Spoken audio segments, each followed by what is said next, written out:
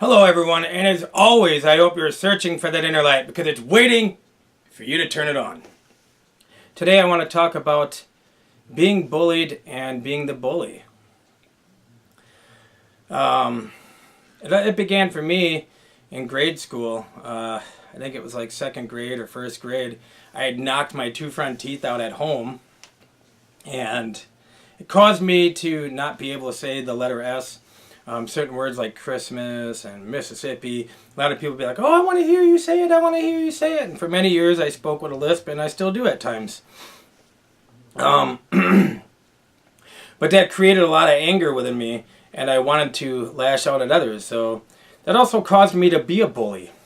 And I used to pick on this kid at recess, and it used to make me feel powerful because I was like, man, you know, it feels great to put others down to hide my own insecurities, because that's what I was doing. I realized that I had a problem with saying the letter S, and people were taking notice of it. But if I was picking on someone else and doing things that people thought was funny, they would never mention it anymore. So I became a bully because I was bullied. And then in middle school, I got bullied to a point where I went to school with a knife in my backpack in 8th grade. And I had the plan to stab this kid that had picked on me. He was with another group of kids too. And I envisioned it. I had it all in my head. And right where I was going to put the knife too. But I ended up skipping school that day. And I ended up skipping school with another individual who didn't really judge me and didn't come at me that way. He didn't care what others were saying. He just wanted to hang out with me. And what I got picked on for in 8th grade, it was between the summer of 7th and 8th grade. I had a very bad problem being lactose intolerant. And when I was out with a group of friends, with these group of friends that picked on me, of course, I had some ice cream and it didn't agree with my stomach. And anyone that knows what it's like to be lactose intolerant knows what an explosion that can cause. And so I ended up going to the bathroom in my pants. And no one said anything then. They waited until the school year started, it seemed, and they picked on me to the point so bad that I had multiple people at school calling me names, calling me Shitty the Clown. And they all thought it was funny. They all thought it was hilarious. You know, I even had 4 of them come to my house to beat me up, to jump me. And after they came to my house to jump me, that's when I decided to take the knife to school. I had gotten a boot knife from a friend of mine years earlier, and it was just always sitting around the house. It had a black widow on the handle. It had a spider on the handle. It was a dagger. And, it was a difficult time because for me, I didn't deserve that. That was a medical condition, and I was picked on because of that flaw. And I know it's, someone who's 12 years old and going to the bathroom in their pants isn't normal, but neither was a medical condition. And that hurt me to the point where I had a rage inside. And I'll tell you, the only thing that fulfilled that rage was envisioning me killing that kid that started the rumor. So my point of telling you guys this story is, oftentimes we want to call the ones that act out monsters. We want to say, how the hell could someone go up to a school and shoot it up like that? How can someone go kill somebody like that? Well, let me ask you this question. How could people pick on someone to the point to where they break that way and to where they snap internally? Let's talk about that. Let's talk about how the evils that are created, and people always reap what they sow. So to me, had I stabbed that kid, would he have reaped that? Would he have sown that for himself? And I would have reaped it for him? Yeah. So think of that point of view. Think of that point of view when you see these stories come across the news. Think of that. Think about what made this individual do that. See, but the general population of people don't ever think about that. They only want to focus on what the hell happened instead of what caused it to happen. And that's a lot of why society as a whole doesn't heal. Because we never focus on what created it. We're not fixing the origin of the problems. We're not looking to the origin of the problems. And does it justify someone going to school and shooting people over this? No, it doesn't. Would I have been justified stabbing that dude? No, I would not have been. But in the same sense, I feel that the other party needs to be held accountable in some of these events that occur and happen. And I know that there's many on my friends list that's been picked on and have dealt with being bullied. And after that, I still went to go be friends with these guys. I still decided to be friends with them again after that. And I dropped the guy that was hanging out with me when no one else would. And 2 years later, I wanted to hang out with him again, and we were going to skip school in 10th grade. He died a week after we planned that. I never got to hang out with him again. The only one that was there for me when everybody else was putting me down. So let this sink into you all out there who have dealt with this. You can forgive the people. Never forget the act. Ever.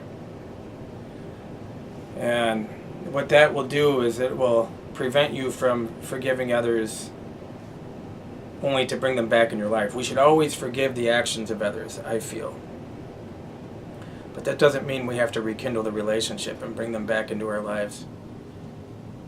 Like they say about 9/11, never forget. So it's a very deep emotional thing, and that's what inspires me to write the horror stories that I'm going to be writing. It's going to be about the very essence of how a bullied person can turn into a monster based off how he was treated, how he was molded by society. Because that was almost me. I was almost sitting in prison the rest of my life because of some kids making fun of me for a medical condition. I think about that a lot.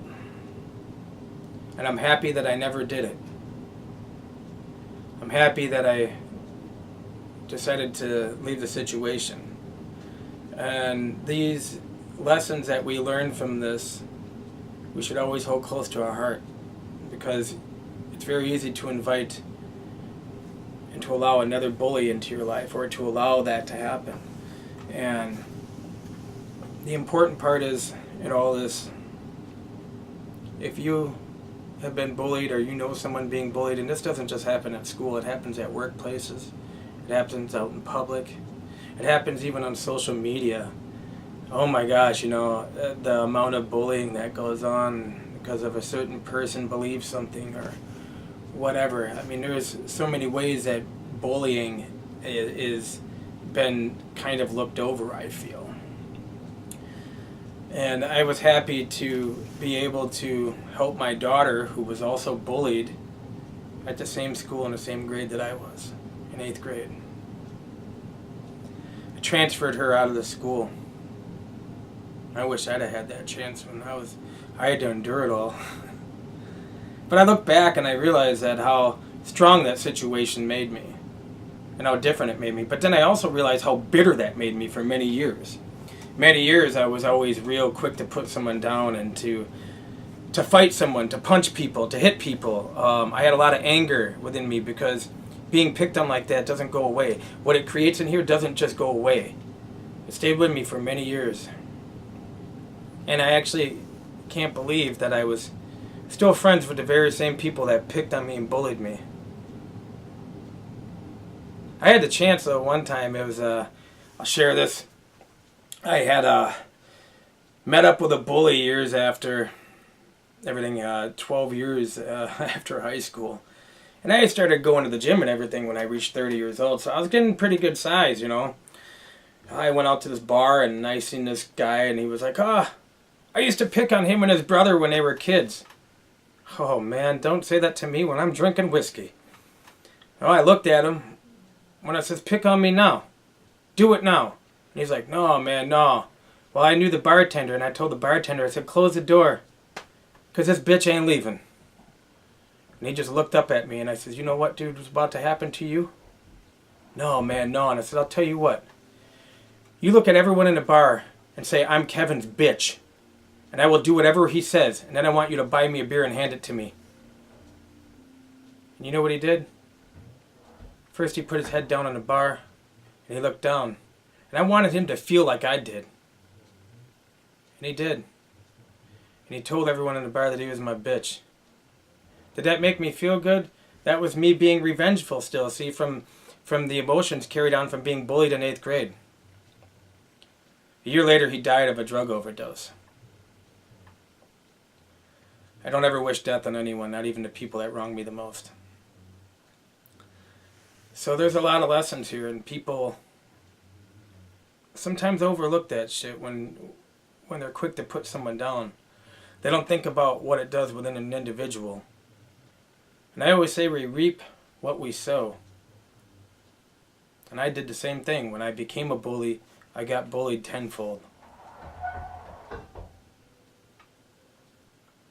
So if you know anyone that's being bullied out there, like I said, just be the shoulder they need.